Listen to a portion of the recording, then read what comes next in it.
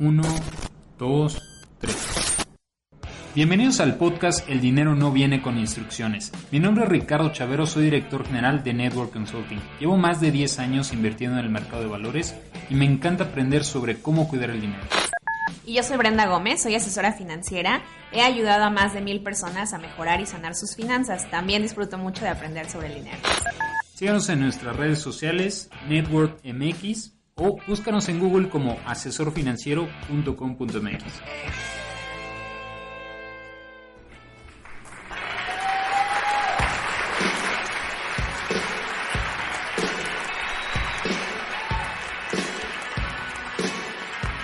Hola, ¿qué tal? Bienvenidos, bienvenidas nuevamente a un episodio más de El dinero no viene con instrucciones. Bienvenido, Ricardo. ¿Qué tal? Bienvenidos a todos. Sí, gusto en saludarlos nuevamente. El día de hoy vamos a hablar de un tema relacionado a un libro que nos gusta mucho, que se llama El millonario de la puerta de al lado, que es de Thomas J. Stanley. Es un libro que de alguna manera... Y William Danko. Ok, y también de él. Es un libro que de alguna manera ha dictado o se alinea a lo que creemos en Net Worth y lo que hacemos en Net Worth relacionado a planeación financiera, a cómo tener buenos hábitos financieros y pues un poco que elimina el mito de que, bueno, es el caso en Estados Unidos, pues, pero elimina el mito de que los millonarios son millonarios porque vienen de una familia de millonarios. Entonces, ¿qué nos puedes decir, Ricardo? Cuéntanos un poco, Bren, antes de que tuvieras conocimiento del tema de finanzas personales y demás, yo te decía, ¿cómo te imaginabas un millonario? Pues, como esto que vemos en lo que es visible, pues así como el millonario es como el que tiene el carro último modelo, como los superautos, relojes, ropa padrísima. Como muchas veces se dice que el dinero se ve. Exactamente. Entonces, así como Rico MacPato, que nadan en su alberca de dinero, que van repartiendo así propinas, dólares, que avientan dólares, así como Lobo de Wall Street. Esos eran en aquel entonces como mi idea de cómo son los millonarios. Fíjate que esta idea ha prevalecido, yo creo no solamente en Estados Unidos, en México, en muchos lugares, y en un momento la Reserva Federal de Estados Unidos junto con el IRS le solicita a estos doctores en economía, Thomas J. Stanley y William Danko, oye, necesitamos que hagan un estudio sobre los millonarios porque en casi todos los países desarrollados del mundo es muy difícil cobrarles impuestos. Y principalmente por eso mandaron a hacer este estudio y de ahí es que con base en este estudio que hicieron, deciden hacer este libro porque se dieron cuenta que en gran medida los millonarios no son los que ganan mucho dinero, sino los que tienen mucho dinero. Y entonces se dieron cuenta que, por ejemplo, en el caso de México existe un impuesto que es el famoso ISR, que es a los que ganan, ¿no? Es decir, si yo gano $1,000,000 al año, bueno, pues me van a cobrar X monto. Pero es muy distinto a si yo tengo 100 millones de pesos, no necesariamente existe un impuesto a eso, ¿no? Y de hecho hasta hace algunos años, antes del 2014, en el mercado de valores, el impuesto por compra y venta de acciones era 0. Lo que quiere decir es que si yo a través del mercado de valores vendí una empresa de $5 billones, ¿qué pasó? ¿No? Y les dejo el dato para que lo busquen. ¿Cuánto pagaste de impuestos? Nada. ¿No? Entonces, por eso es que decidieron los gobiernos del mundo, el área de impuestos sobre todo, que empezaron a investigar tanto realmente sobre los millonarios, porque se dieron cuenta que es una clase interesante para estudiar. Pero además lo que encontraron estas personas es que sus hábitos son muy distintos a lo que uno a lo mejor se imaginaría, ¿no? La persona que trae el coche, el reloj, el trajecito, el estilo de vida, etcétera, ¿no? Que muchas veces así nos imaginaríamos a estos millonarios. Lo que encontraron en este estudio es que no necesariamente. Cerca del 89% de los millonarios, de acuerdo a este estudio que han sacado muchas actualizaciones, todavía hasta la fecha lo siguen actualizando el libro, y lo que dice es: la mayoría de los millonarios, son emprendedores o autoempleados, ¿no?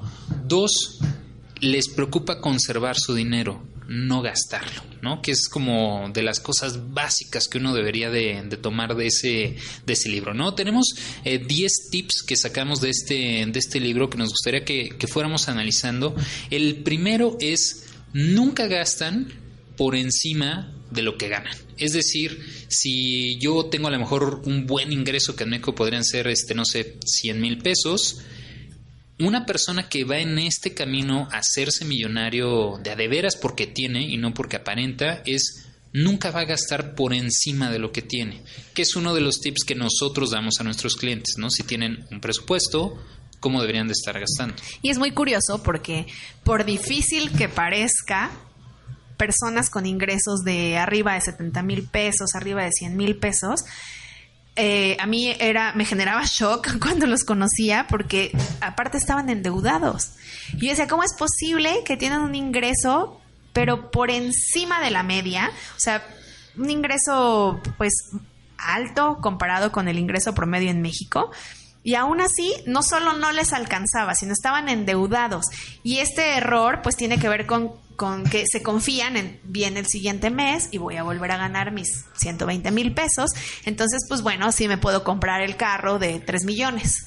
Entonces empiezan a subir su estilo de vida y justamente, o sea, eso es lo que va limitando o va limitando la posibilidad de la famosa libertad financiera. Porque la libertad financiera es como, ok, ¿cuánto puedo vivir sin trabajar? Si yo dejara de trabajar hoy, ¿para cuánto me alcanza, no? Entonces, generalmente estas personas, pues sí, un ingreso súper alto, la súper casa, los súper viajes, pero resulta que si no llega el siguiente mes, se están tronando los dedos porque no tienen de qué vivir. Totalmente. Yo tengo el caso de un cliente que gana al año cerca de $250,000. Wow. Endeudadísimo, no tiene casa, no tiene nada, ¿no? Todo es rentado, todo es prestado, ¿no? Y al momento de que empezamos a hacer su análisis, yo le decía, mira, tienes que tomar en cuenta que lo que tienes es que tienes un ingreso muy alto, no eres millonario. Ajá. ¿No? Si ganas millones, no eres millonario, ¿no? Claro. Porque a su vez el dinero así como entra, sale, y el tema es que por el tipo de su negocio que tiene, a veces se tardaban en llegar estos ingresos. Entonces lo que hacía era, pues de inmediato llamaba al banco para decir, oye, necesito una línea de crédito de 500, 700, un millón de pesos para pagar mis fijos de 3, 4 meses, ¿no? No es que fuera, no, pues porque voy a hacer crecer ese dinero, ¿no? Entonces, creo que ese es de los primeros. Usualmente este libro incluso menciona, ¿no? Los millonarios a veces son los que andan cazando las ofertas, que usan cupones, que tienen tarjetas de cuponeras, porque son muy conscientes de que el dinero, al contrario, lo cuidan, no dejan que se vaya como de forma muy fácil. Cuidan mucho su dinero y va de la mano con el segundo, que es se educan a sí mismos en Claro. términos de finanzas, que eso es importantísimo. Muchas veces hemos encontrado empresarios, gente con ingresos muy altos, y usualmente los que nos entienden muy rápido y les va mucho mejor son aquellos que poco a poco se empezaron a educar, ¿no? Que fueron como, sí, es que mira, leí tal libro y ya me di cuenta que hace sentido, ¿no? Lo que debería de estar haciendo es cultivar eso que tengo, porque el día de mañana puede ser que mi negocio se acabe, el día de mañana puede ser que ya no tenga ese trabajo y todo ese dinero que pasó por mis manos se acabó. Que bueno, antes de continuar con estos 10 puntos de este libro, pues me gustaría mencionar que de lo que trata principalmente este libro es como en este análisis que identifican que ¿qué porcentaje dijiste de los millonarios? El 89%. El 89% de los millonarios en Estados Unidos son millonarios de primera generación. ¿Qué es eso? Es correcto. Ellos mismos se hicieron millonarios. Es decir, ellos a través de estos hábitos, de los que vamos a mencionar ahorita en los 10 puntos, a través de estos hábitos se hicieron millonarios. Entonces, y no son los que tienen la mansión, sino son gente que vive en un vecindario común, un vecindario pues clase media regular. No son personas que estrenen auto cada año o cada 2 años, sino son personas que tienen con su auto 10, 12 años. Que de ahí el nombre del millonario de lado, ¿no? Porque dice, muy posiblemente puedas tener que tu alguno de tus vecino vecinos sea millonario. Exacto. Que así como lo ves, pues resulta que esa persona, si quiere dejar de trabajar, puede, ¿no? Porque tiene el patrimonio para hacerlo. Entonces también lo mismo de con la ropa, como decían, como pues no están comprando ropa a cada momento, no están comprando ropa según la moda, sino compran ropa que pueden usar sí, así atemporal, que tienen justo que sus hijos son criados bajo pues como bajo como la disciplina del trabajo, de la disciplina financiera. Que no necesariamente. Lo que platican, por ejemplo, es que usualmente la siguiente generación son los que gastan. Esos sí son los gastalones, ¿no? La siguiente generación son los que le dan mala fama a los millonarios, ¿no? Porque dicen, bueno, mis padres ya nacieron como en una... Exacto, ya hicieron dinero, entonces, pues yo sí gasto. Lo más interesante es que en este estudio encontraron que, de hecho, esos hijos de millonarios son los que terminan siendo dependientes financieros. O son los que se acaban la fortuna. Exactamente, ¿no? O se terminan, ¿no? Usualmente los que se vuelven independientes, como que... No sé por qué, pero así al parecer funciona la mente de los millonarios. Si alguien se vuelve independiente, entonces a él no le toca herencia. Ajá. A los que necesitan más como ayuda, y supuestamente esta estadística dice sobre todo a las que son amas de casa, es como, esas sí hay que ayudarlas porque todavía con mayor razón, ¿no? Por lo menos esos son los datos que encontramos. Regresando un poco al tema, es que constantemente están leyendo sobre temas de dinero, de finanzas. Se educan porque al final del día el lenguaje del dinero son las finanzas. Entonces constantemente están aprendiendo no solamente sobre su negocio, sobre finanzas, sobre cualquier tema que les pueda enriquecer para que puedan seguir creciendo, digamos, en esta parte, ¿no? Otro es que siempre encuentran como el camino correcto, vamos a llamarle así. Estudian, oye, a ver, si tengo tantas posibilidades, ¿en qué voy a hacer mi negocio? En algo que vaya de acorde a mis habilidades.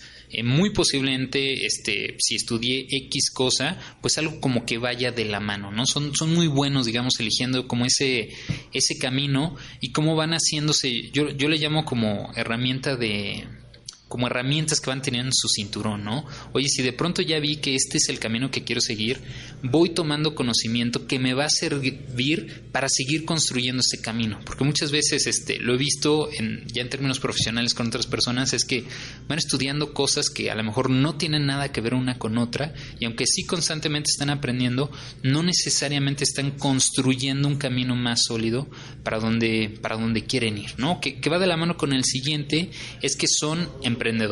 Usualmente los millonarios son emprendedores, son profesionistas independientes, porque obviamente les da la gran libertad de que no están limitados a cuánto quieren generar. Y relacionado al punto anterior, son emprendedores educados, o sea, emprendedores que se formaron.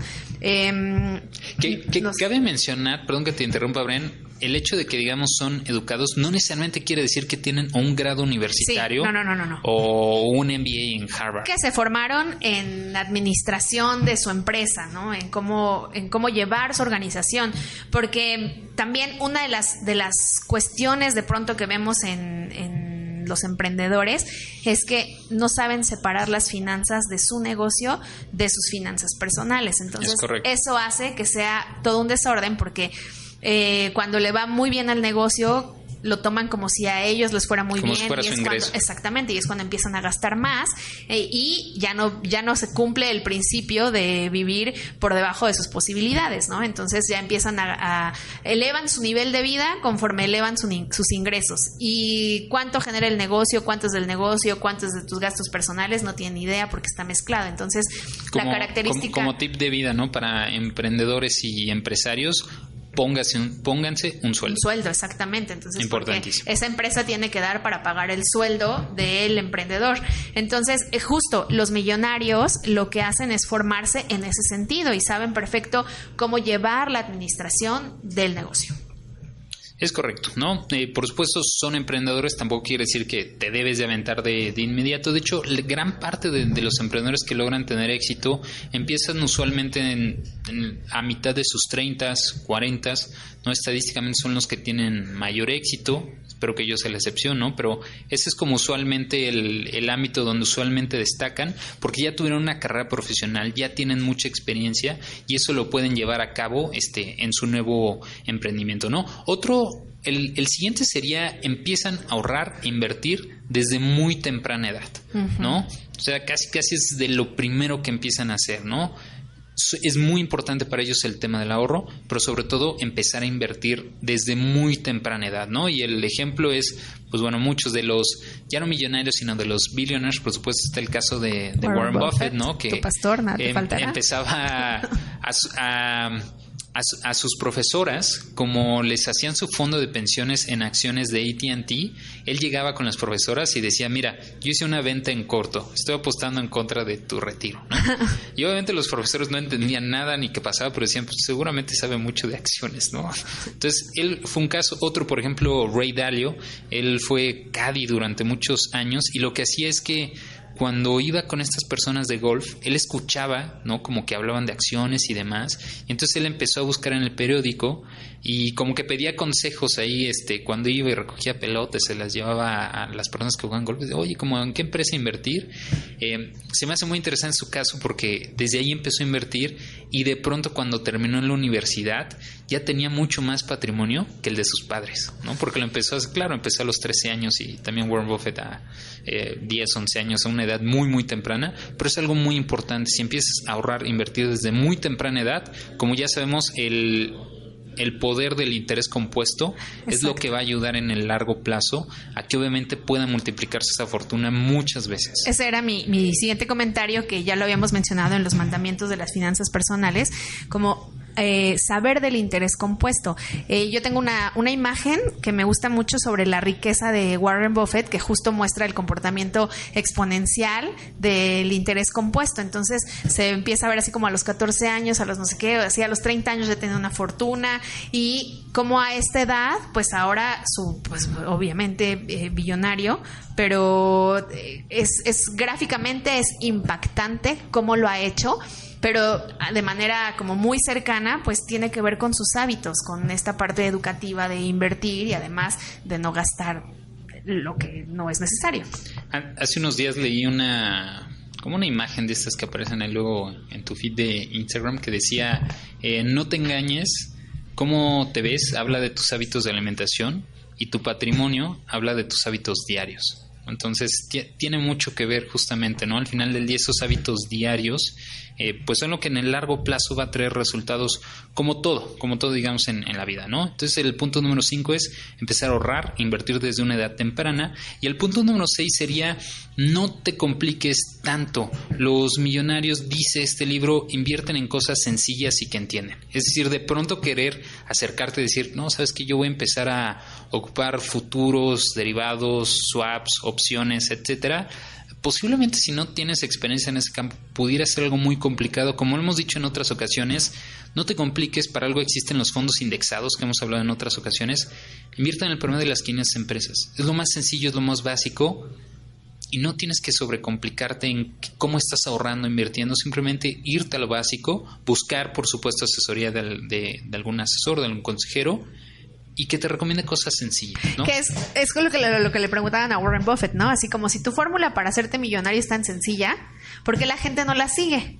Y él decía como, pues porque a la gente no le gusta hacerse rico lentamente. O sea, la gente quiere ser rico de un día para otro. Entonces, esta es una cuestión como de disciplina, de hábitos, de tiempo. Así el interés compuesto, pues aliado del tiempo. Mientras más tiempo pase, más crece, ¿no? Entonces es el punto número 6, invertir en cosas sencillas que entiendas, ¿no? Que es muy importante, ¿no? El punto número 7, hemos hablado en algunas ocasiones de este punto, tiene que ver con ellos les importa mucho tener la protección necesaria en términos de seguros, es decir, no tienen de más. Acuérdense, y muchos de nuestros clientes cometen ese gran error, cuando uno compra un seguro total, algún producto ligado a un seguro, no son instrumentos de acumulación, no lo son instrumentos que nos ayudan a protegernos financieramente. Un gran error que cometen muchos de nuestros clientes es creer que es una estrategia de acumulación. No lo es, no es una forma de acumulación. Pregúntenle a cualquier multimillonario por qué no los ocupan para hacer acumulación, porque no sirven para eso. Pero lo que sí tienen es que tienen esos instrumentos para proteger su patrimonio. Es decir, si yo ya tengo ahorrado 5, 6, 10 millones de pesos y no tengo un seguro que me proteja contra el cáncer y al día de mañana padezco esa enfermedad, obviamente mi patrimonio se va a ver aniquilado. Entonces, claro, es importante tener las coberturas necesarias y no que esté de más, ¿no? Y sobre todo no ocupan ninguno un seguro como herramienta de acumulación, sino de protección. El punto número 8 son muy sabios con los errores, ¿no? Que ese a lo mejor es un punto que uno diría, bueno, pues es que ese es complicado que se pueda aprender o tenerlo en cuenta desde un inicio, ¿no? Cuando hay errores, pues te equivocas, ¿no? Muchas veces, a mí me pasó, tuve algunos negocios que funcionaron, otros que no, pero al final del día, y ese como tip a las familias, cuando alguien decide emprender, si es su primer emprendimiento, muy difícilmente va a ser ese primer emprendimiento que diga, lo logré en la primera y lo hice, ¿no? Se va a equivocar seguramente, estadísticamente se va a equivocar, y eso no es lo que lo va a hacer un gran empresario.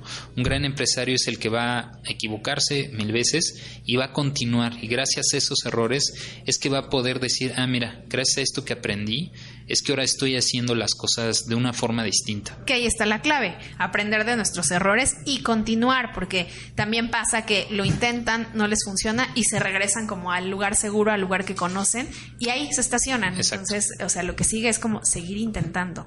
Exacto, ¿no? Como toda esta experiencia, digamos, acumulada es importante, ¿no? El punto número 9, que tú lo platicabas al inicio, Bren, se quedan con el coche, se quedan con la casa. Es decir, no son las personas que cada año están cambiando de coche. Usualmente conservan un coche muchos años, ¿no? El buen Warren Buffett, regresando al punto, no tuvo un coche de lujo hasta que ya su fortuna era de varios ceros, ¿no? Entonces es algo muy importante, porque al final del día un coche es un gasto, ¿no? Sale de la sucursal de la agencia y pierde un 20-30% de su valor. Entonces es un gasto enorme, ¿no? Nunca es una inversión. Entonces usualmente lo que hacen es, no hace sentido tener como el último coche, ¿no? Como tener el más novedoso, o en algunos casos ni tener coche. Sí, porque finalmente en una inversión lo que estamos buscando es que nuestro dinero se aprecie, y poner nuestro dinero en un activo que se deprecia, pues no es la decisión más inteligente. Y me ha tocado muchas veces, como en asesoría, que me dicen como, sí, ahora estoy invirtiendo en un coche.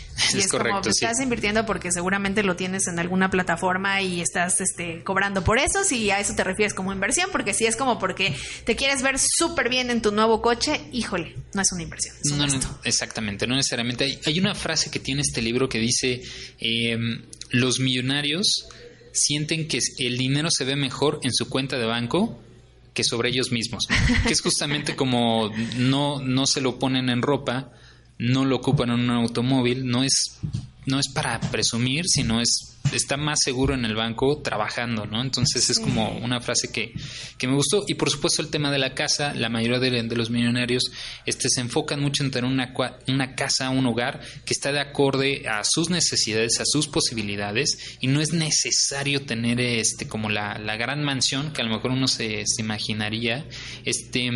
Hay un caso que me tocó de una de nuestras clientas, que platicaba el caso de su papá, un abogado muy exitoso que durante muchos años le fue muy bien, y ella me platicaba el caso extremo, ¿no? Me decía, es que mi papá le iba tan bien que cuando llegaba a una reunión y si tú le caías bien te decía, te regalo un coche. ¿Qué? Así. Y obviamente termina su periodo en el que ya deja de generar ingreso y no tiene nada. Nadie que le regale un coche. No, exactamente. No tiene nada, ¿no? Entonces, que es una de las primeras cosas que plantean los millonarios, que esa debe de ser, yo creo, la más importante. Siempre tienen metas u objetivos. Porque, ¿qué es lo que sucede cuando uno empieza a tener mucho ingreso y no tiene un objetivo, una meta clara?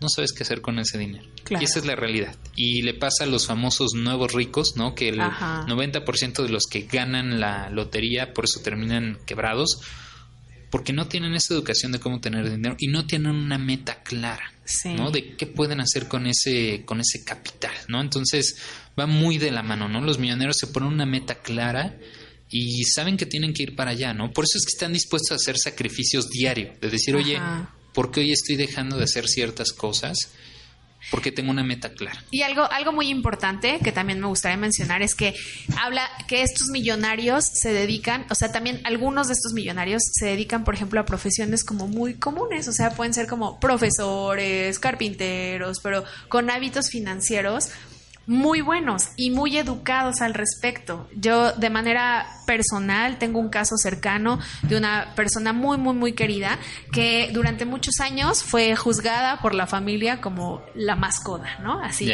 típicos bromas de no come plátano porque tiene que tirar la cáscara y así, ¿no? Entonces, pero realmente ahora esta persona está en etapa de retiro, ella es dueña de su casa, viaja, o sea, hace poco se fue a China de viaje de placer, tiene obviamente un patrimonio, sigue recibiendo ella su pensión, pero de esa pensión ahorra, o sea, no es como que se acabe lo que ella tiene, o sea, tiene unos hábitos, ella justo su vida siempre ha sido frugal, siempre ha tenido unos hábitos muy claros de consumo y ahora yo la veo desde con otros lentes, con otra mirada y siento qué admirable comportamiento, porque además ella es profesora y realmente hizo su fortuna desde un sueldo bastante promedio, ¿no? Y que al final del día tiene que ver mucho a veces con eso, ¿no?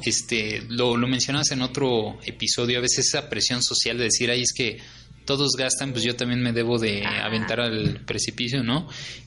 Justamente lo que menciona este libro es, no importa lo que digan de mí, no es como, oye, es que dices, me importa que esté haciendo patrimonio, ¿no? Y que le pueden heredar a sus familias, ¿no? Y por último, el punto número 10 es que evitan la deuda como la lepra, ¿no? Es decir, huyen de la deuda. Por supuesto hay deuda correcta que se puede ocupar, pero huyen de la deuda porque saben que al final del día es regalar dinero en intereses al banco y eso obviamente no les va a ayudar a crear patrimonio. Entonces evitan lo más posible el tema de la deuda.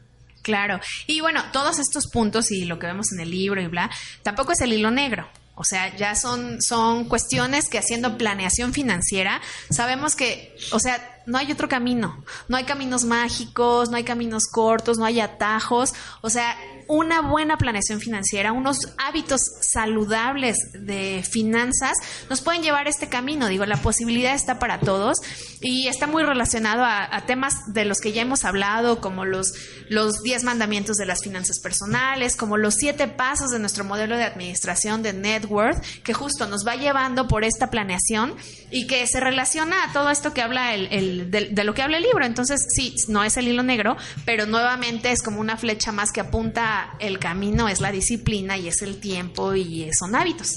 Como a veces yo le digo a mis clientes, mira, yo sé que seguramente te vas a hacer multimillonario por algo, pero por si las dudas, sigue estas recetas, ¿no? Porque no hay falla. Con esto sabes que eventualmente vas a lograr tener un patrimonio y una independencia financiera que, como hemos dicho en otras ocasiones, eso es realmente lo importante, ¿no? Claro. Que no te tengas que preocupar por el dinero, porque hay cosas mucho más importantes en la vida que el dinero, ¿no? Entonces, ese es como al final del día el camino, ¿no? Yo siempre les digo, mira, yo sé que te vas a hacer multimillonario por otra cosa, pero por si las dudas, ten este plan B y sigue esta receta, estos 7 pasos que nosotros te recomendamos para que puedas ir armando poco a poco esa independencia financiera. Sí, hay una frase que también veía en redes sociales que decía como hacer esta parte de ordenar tus finanzas o planear tus finanzas es difícil. No estoy tan de acuerdo con eso porque en realidad puede ser algo muy simple, pero bueno, vamos a suponer que es difícil hacer eso, pero no tener dinero es difícil, entonces como elige el difícil en el que quieres estar. Exactamente, ¿no? Al final del día yo creo que son muchas cosas, ¿no? Un tema cultural, obviamente, y que realmente nunca nos sentamos hasta que un día tenemos un asesor y nos dice, oye, es que las cosas son así. Y muy posiblemente antes de eso, como yo le llamo, tenías una ceguera financiera, ¿no? Era como, no quiero ver eso, y ya si no lo veo, aparentemente está bien, ¿no? Y pues no, vemos que no necesariamente. Entonces es muy importante sentarnos con un asesor, que definamos sobre todo cuál es la meta, qué es lo que estamos buscando, si tenemos nuestra pareja, que definan esa meta en conjunto y que podamos seguir. Y vamos a repasar rápidamente estos 10 puntos, recomendaciones que da este libro del millonario de lado. 1, nunca vivir por arriba de tus medios, ¿no? 2, educarte a ti mismo, ¿no? En términos financieros, de negocio, etcétera. Elegir el camino correcto, ¿no? O que todo lo que estás haciendo vaya en medida en lo que quieres desarrollar. 4, son emprendedores o independientes. 5, empiezan a ahorrar e invertir desde una edad temprana. 6, conservan las cosas sencillas, no invierten en cosas complicadas, cosas que pueden entender. Por ejemplo, como hemos mencionado en varias ocasiones, y no solo nosotros, sino muchos autores, fondos indexados. No hay vuelta de hoja, ¿no? 7, tienen los seguros y protecciones correctos y adecuados, ni más ni menos. 8, aprenden de sus errores, ¿no? 9, conservan autos y casas antiguos, ¿no? Lo importante es cómo va creciendo su patrimonio, no cómo se ven. Y 10, evitan la deuda lo más posible.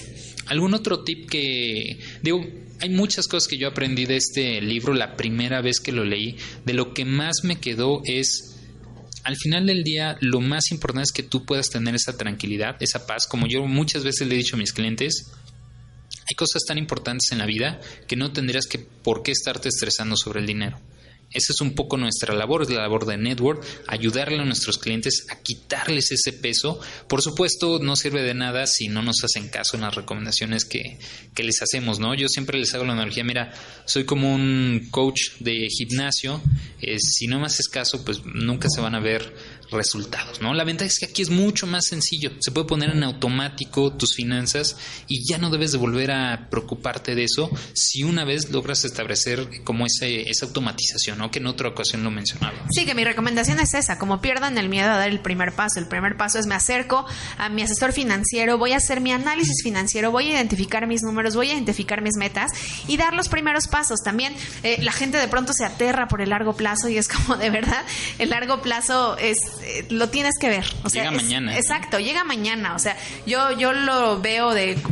cuando me gradué, así yo lo sentía como tan cercano y resulta que hace, no sé, creo que 15 años que me gradué. Entonces realmente a largo plazo pasa rapidísimo, como no hay que temerle a hacer planeación financiera, a pensar no solo en el próximo año, sino pensar en mi vejez. Entonces acérquense a nuestros asesores financieros, hagan su planeación financiera, den el primer paso, no opten por mejor taparse los ojos y decir esto está muy difícil, mejor no lo veo. Es como abre los ojos y manos a la obra. Siempre se puede hacer algo, ¿no? Como un cliente una vez me decía, me acuerdo mucho porque me decía, Ricardo, tienes toda la razón, uno planea sus vacaciones y no planea su vida. Es muy importante que lo tengan en cuenta. Recuerden que nos pueden encontrar en redes sociales como Network MX, nos pueden buscar como asesorfinanciero.com.mx. Les agradecemos mucho su tiempo y esperamos vernos en el siguiente episodio. Hasta la próxima.